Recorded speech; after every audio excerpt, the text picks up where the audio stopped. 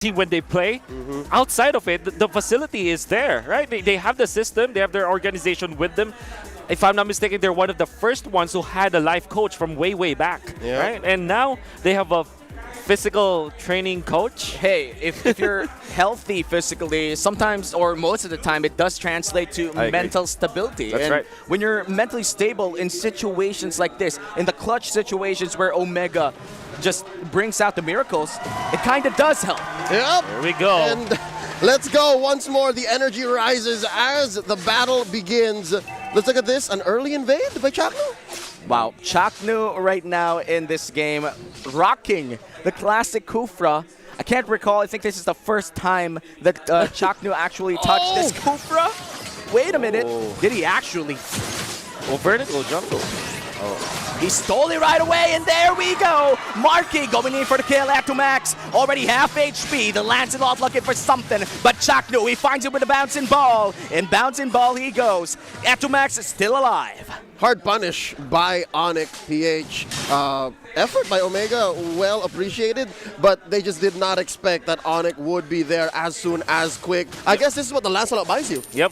What I do like about what Omega did, even when they lost Ryzen in that occasion, is that they took away one jungle from ONIC Philippines. And I always say in the early stages, stealing the jungle away from your enemies is like 2 times its worth, because you take it away from you get it, right? You take it for yourself, and you take it away from your opponents.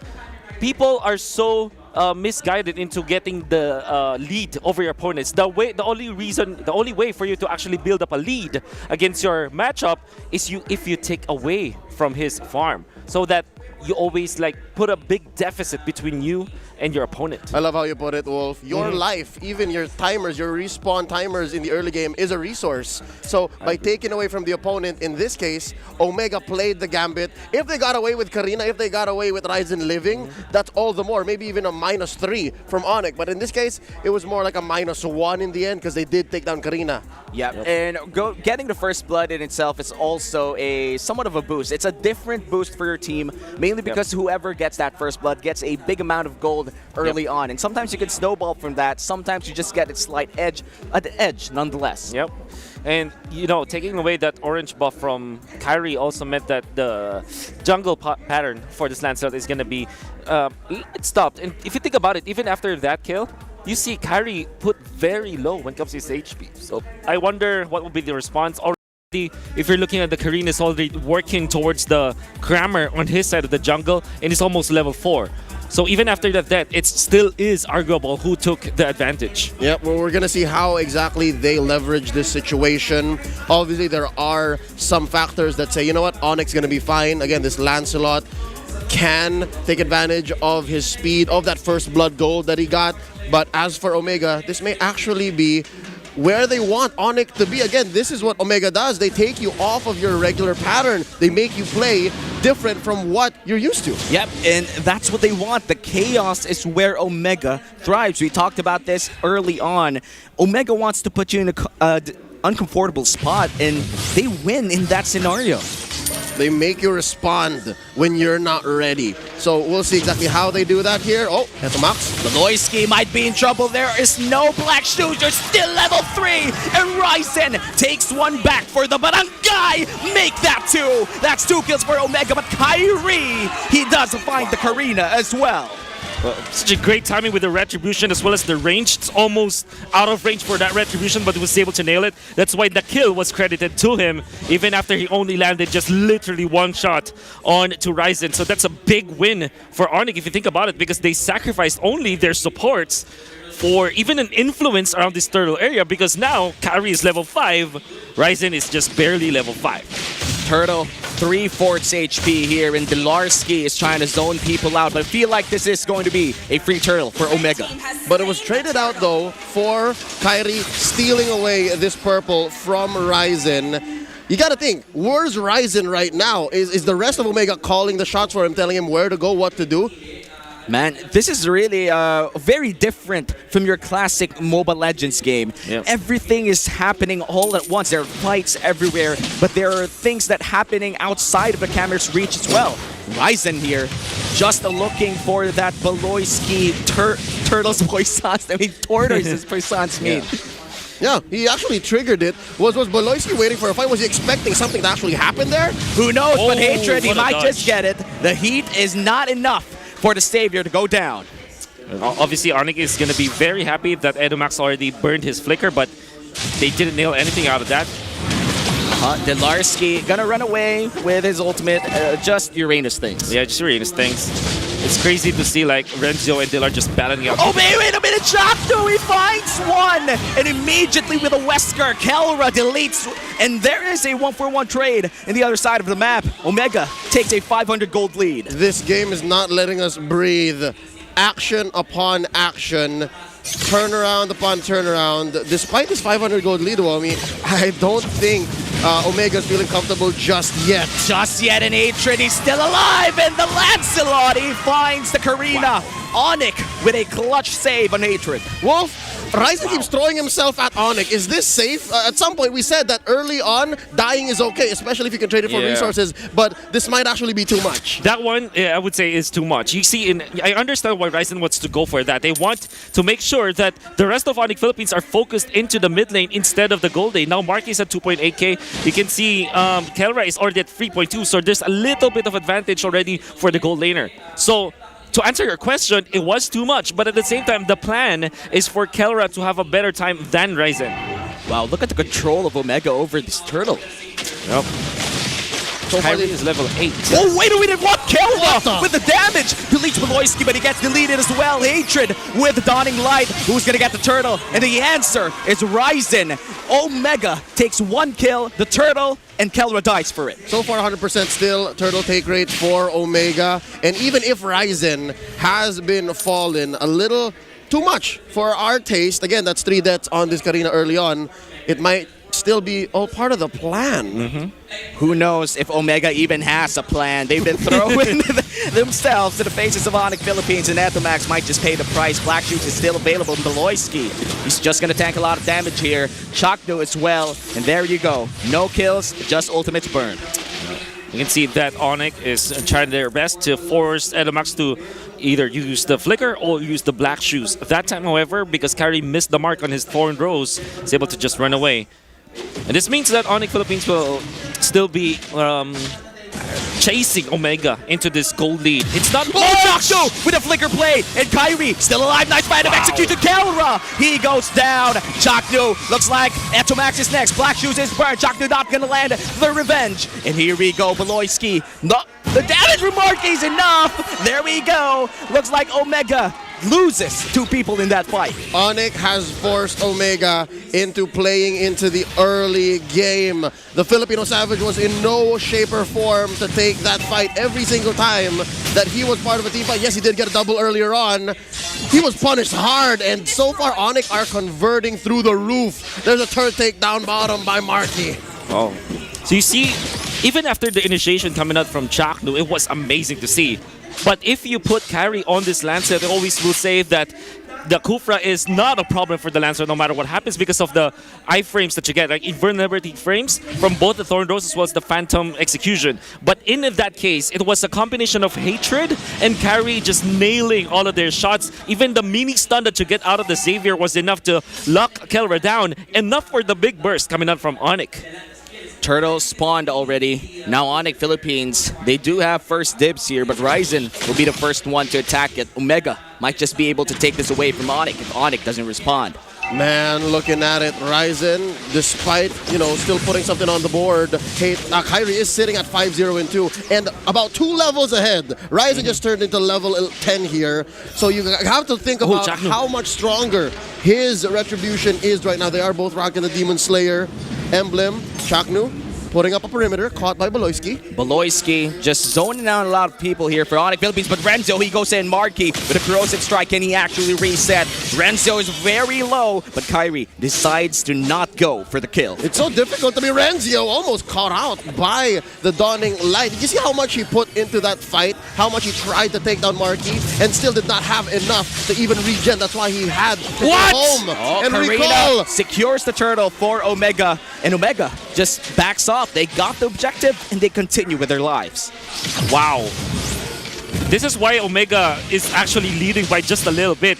ONIC cannot secure their objectives. Back-to-back turtles stolen by Ryzen despite being a level or two behind Kyrie. Yep, I set up how that retribution might actually make the difference, but if you're thinking about how Omega has set themselves up for these major objectives for the neutral part of the map, they are actually ahead. They are better at that, especially if you're thinking about how Chaknu might be in every single bush nearby. And just yesterday, Kyrie was extremely hot on that retribution, Yeah. secured so many objectives with it. Right now, he's losing to Ryzen, who seems to be rising for the occasion. Yeah. It doesn't even look like it's a flashy steal coming up from Ryzen. It just literally walks in. That's the thing with Karina, right? You just literally walk and just pop that retribution. So it's more about like Kyrie not having his hands hot yet as of this moment. He's warming up. Kelra though. Is it actually a warm-up? Beloyski severely low here, but he's going to survive with the Tortoise Puissance.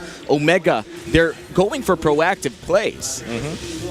And now we can see a little bit of a difference between the farm. 6.8k for Kyrie.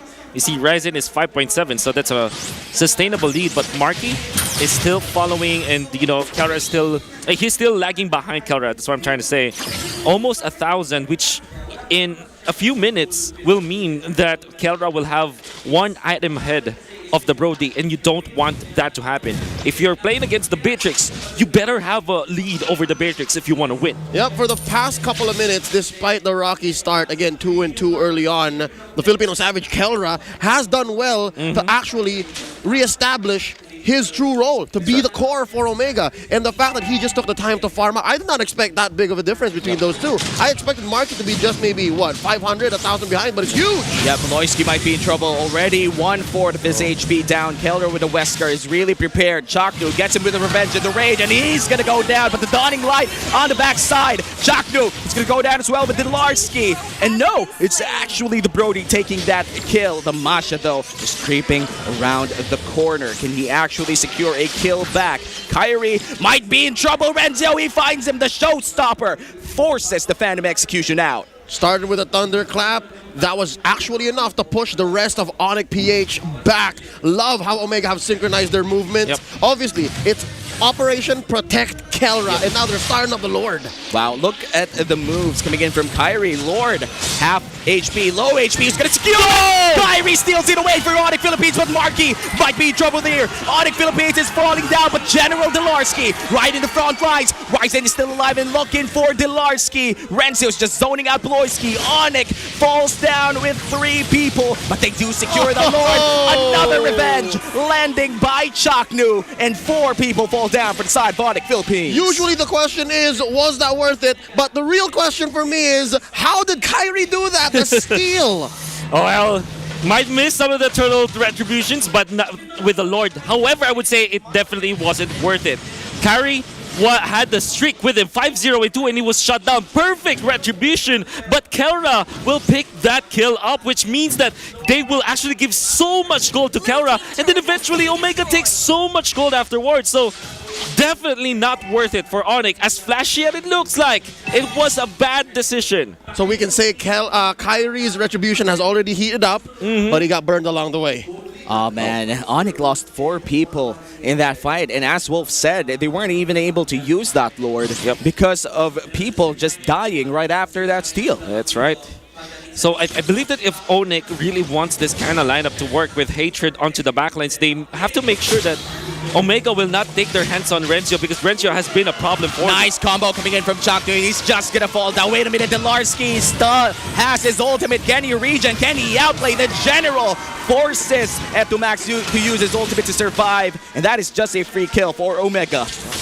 They are just so well synchronized, the communication from Omega. It's so clear that what they want to do is a step-by-step And they process. still want to fight. Dawning Light takes down 1. Ryzen half HP. Beloyski just tanking a lot of damage, and he's going to go out of that fight. So interestingly, Omega still got a turret up top lane after that kill. And ONIC almost traded that for 1-for-1. They did trade it 1-for-1, including a kill. So not too bad for ONIC Philippines, in fact, even after losing Dilarski. Yeah, look, the nice combo coming in from Hatred. Chaknu might just fall down here with the Phantom Execution, baby. And Ryzen will be defending that mid lane turret. He tried. He really tried. I saw it. He was cocking that ult. But again, you have mentioned the iframes. They were so key. Kyrie knew exactly what you were working with, and that allowed them to at least do some damage control, shrink that lead. Omega was almost sitting on 4K ahead. Now it's closer to 2.5, 2K. 10-10, 13 minutes in. We're about 30 seconds away from this Luminous Lord. This time around, I think Omega might not want to play the bait. This one actually might make a difference. Okay, so ONIC secures a turret up top. But then again, Omega still has got a big advantage when it comes to the turrets, right? It's 4-3, but at the same time, you have already eliminated the mid lane turret side of ONIC Philippines. And if you're gonna be looking at the second tier turret, it's also put very low, maybe about 30% HP at this point. And Omega can just flow the minion waves, make sure that they control this Air of the Lord, and they will have the advantage. Look at the damage coming in from the Filipino Savage. Nice pass to Ryzen, and Ryzen takes it one and down. On the Philippines, a man out. Omega might just start this Lord. Chaku tried to go for that play, and Kyrie already prepping this up, but I'm pretty sure that Omega will not let this happen. They already are scouting the area. They're securing the perimeter. Multiple ways they could steal, but again, ONIC now knows. They learned that it's not worth it. The first time around, they forced it, and they got burned. This time around, I'm wondering, look at the Filipino Savage with the damage that he's putting on the table. And Chaknu, ever the enforcer, just standing there threatening a 2-man, 3-man jump. Renner, Wesker, the scaling from these weapons are insane. I'm gonna have to also respect, however, that ONIC Philippines have got great wave clear. They also have this Uranus that can split the map for them, but you can see that Omega already had a chance to punish it, right? They put 4 people just to go for Uranus, and they are able to shut him down. And they also have this mash shot, so if ever ONIC Philippines will just sit back, and even under the turret, Hatred is not that safe because of this mashup pick. And the way Hatred is playing is, I guess, it's understandable as to how he's not part of the fights for a majority of the time. But I think we can expect him to be a little closer, because not just the Dawning Light will make a difference, but even the rest of his kit. I think that's what ONIC has been missing for a majority of the early to mid-game ramp-up into this potential climax. Because they're lacking that one bit of CC. It's that field that if you do catch Omega making these huge rotations, these rounds in those tight parts of the jungle, then maybe ONIC can actually get a winning trade. The Mystic Field and Infinite Extension combo coming in from Hatred, definitely something that has been working out for ONIC Philippines. But as you said, Leo, it's not really enough to keep Omega down. You can see that there's a lot of strength already for the side of Omega when it comes to just their raw composition. That's why when they pick up the Kufra, you saw their composition already at 5, and whenever they group up as 5, it's almost impenetrable, at least for the side of ONIC Philippines, because if you're looking at ONIC, it's Lancelot, Baksha, and Xavier. And even Brody, if you look at those 4 heroes, they only can have pickups. They don't have a chance to win like big team fights unless Omega literally clumps up together and receive the Dawning Light. But that's not gonna happen, right? So it did happen a very, very, let's say, focused circumstance. Like it doesn't happen 10 out of 10 times. I'm pretty sure it will not happen again. So. Yeah, I mean, this is Omega. It's so hard, it's Omega. They're not going to be handing themselves on a silver platter to Hatred and the rest of the gang. So, it's, I would say for Omega, they are in a very comfortable spot. Not only when it comes to their economic lead, but also because of their composition. And for them to close this one out, all they have to do is to just not group up together and be aggressive. If they want to be aggressive, at least go one by one so that they will not be punished altogether. We've seen how disciplined Omega can be, specifically in day number 1, wherein even in the face of economic landslide, wherein they were behind and buried in value, they can still claw back. What more now that they're in a comfortable position? There is this first Luminous Lord set up here, and it's difficult to think how ONIC PH might try to go for a steal, because we have learned that Kyrie learns fast, Kyrie learns quick, and there it is. It's already on the field. How will ONIC PH play this? They can defend under their inhibitor. I believe the holy defense is already out, so you don't have that that burst Yep. from the turrets. At now. least for top lane. Yeah, for mid lane and bottom lane, since the inner turret died after 12 minutes, you don't have it anymore. Oh man, Kelra suffering a lot of damage My coming God. in from Hatred, but my God, look at the Renner coming in from Kelra, just showing that he could be a somewhat of a... Oh, Cyber's well Chaknu with a fast engage, and immediately Marquee goes out, and this is 3v5, and the moment is now for Omega. They shock the crowd, but can ONIC silence it? One minion, they can't push this, they need to wait for a wave, and Chaknu is one hit away, one sliver with a life. Beloyski goes back to the base, he can't reach on Phantom Execution, forward throws combo, out with a puncture. The minion wave is here, can they actually finish this? Kelra is looking for the finish, he goes in with a flicker, look at the base! Kelra, the Filipino Savages take game 1, Omega! Ain't nothing more savage than having minions and heroes in between you and your opponent and your base, and they still take it. Omega draws first blood, starting the day strong. Wow, that was really Chaknu. That last clash, it was because of Chaknu. But of course, there was a lot of effort coming out from the other players of Omega. You can see that when they see Beloyski, they immediately go onto that backshot, but they're also synchronized all together. So they're not